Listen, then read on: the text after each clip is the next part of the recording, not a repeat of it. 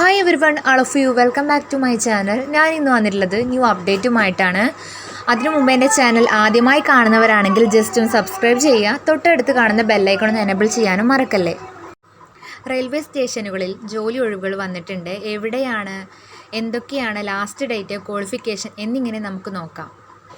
Palakkad, Thiruvananthapuram railway സ്റ്റേഷനുകളിലേക്കാണ് ജോലി ഒഴിവുകൾ വന്നിട്ടുള്ളത്. അതുപോലെ റെയിൽവേ സ്റ്റേഷനിൽ ജോലി ലഭിക്കാനുള്ള ക്വാളിഫിക്കേഷൻ എന്ന് പറയുന്നത് 10ാം ക്ലാസ്, അതുപോലെ ITI യോഗ്യതയുള്ളവർക്ക് മാത്രമാണ് ഇതിനു വേണ്ടി അപ്ലൈ ചെയ്യാനായിട്ട് പറ്റുക.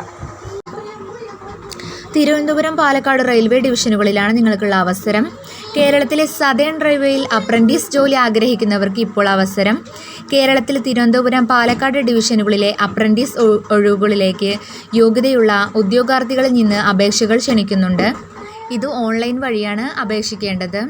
താൽപ്പര്യമുള്ള ഉദ്യോഗാർത്ഥികൾക്ക് ഓഗസ്റ്റ് മാസം വരെ ഇത് സമർപ്പിക്കാവുന്നതാണ്. അപേക്ഷ സമർപ്പിച്ചവരിൽ നിന്നും മെറിറ്റിൻ്റെ അടിസ്ഥാനത്തിലായിരിക്കും നിയമനം നടത്തുന്നത്. ജോബ് ഡീറ്റെയിൽസിനെ കുറിച്ച് പറയാം. ജോബ് എന്ന് പറയുന്നത് സെൻട്രൽ ജോബാണ്. അതുപോലെ 2438 ഒഴിവുകളാണ് ഉള്ളത്. അതുപോലെ ഓൺലൈനായിട്ട് അപ്ലൈ ചെയ്യാവുന്നതാണ്. റെയിൽവേ സ്റ്റേഷനിലേക്കുള്ള നോട്ടിഫിക്കേഷൻ വന്നത് 2024 ജൂലൈ 22-ാം തീയതിയാണ്. അപേക്ഷ സമർപ്പിക്കേണ്ട ലാസ്റ്റ് ഡേറ്റ് എന്ന് പറയുന്നത് 2024 ഓഗസ്റ്റ് 12-നാണ്. ഈ റെയിൽവേ സ്റ്റേഷനുകളിൽ നിങ്ങൾക്ക് ജോബ് കിട്ടാൻ വേണ്ടിയിട്ടുള്ള ഏജ് ലിമിറ്റിനെ കുറിച്ചാണ് പറയുന്നത്. 15 വയസ്സ് മുതൽ 24 വയസ്സ് വരെയാണ് പ്രായപരിധി എന്ന് പറയുന്നത്. 15 to 24 ഇടയിലുള്ള ആർക്കും ഇതിനു വേണ്ടി അപ്ലൈ ചെയ്യാവുന്നതാണ്. അതുപോലെ പ്രത്യേകം പറയുന്നുണ്ട്, പിന്നാക്ക വിഭാഗത്തിൽപ്പെടുന്ന ഉദ്യോഗാർത്ഥികൾക്ക് സർക്കാർ അനുവദിച്ചിരിക്കുന്ന വയസ്സിളവ് ലഭിക്കുന്നതാണ് എന്ന്.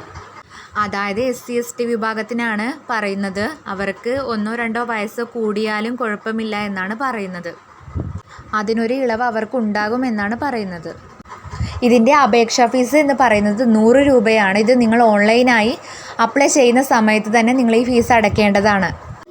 ഏജ് ലിമിറ്റ്, ക്വാളിഫിക്കേഷൻസ് ഒക്കെ നോക്കി ഇതിനു വേണ്ടി അപ്ലൈ ചെയ്യാവുന്നതാണ്.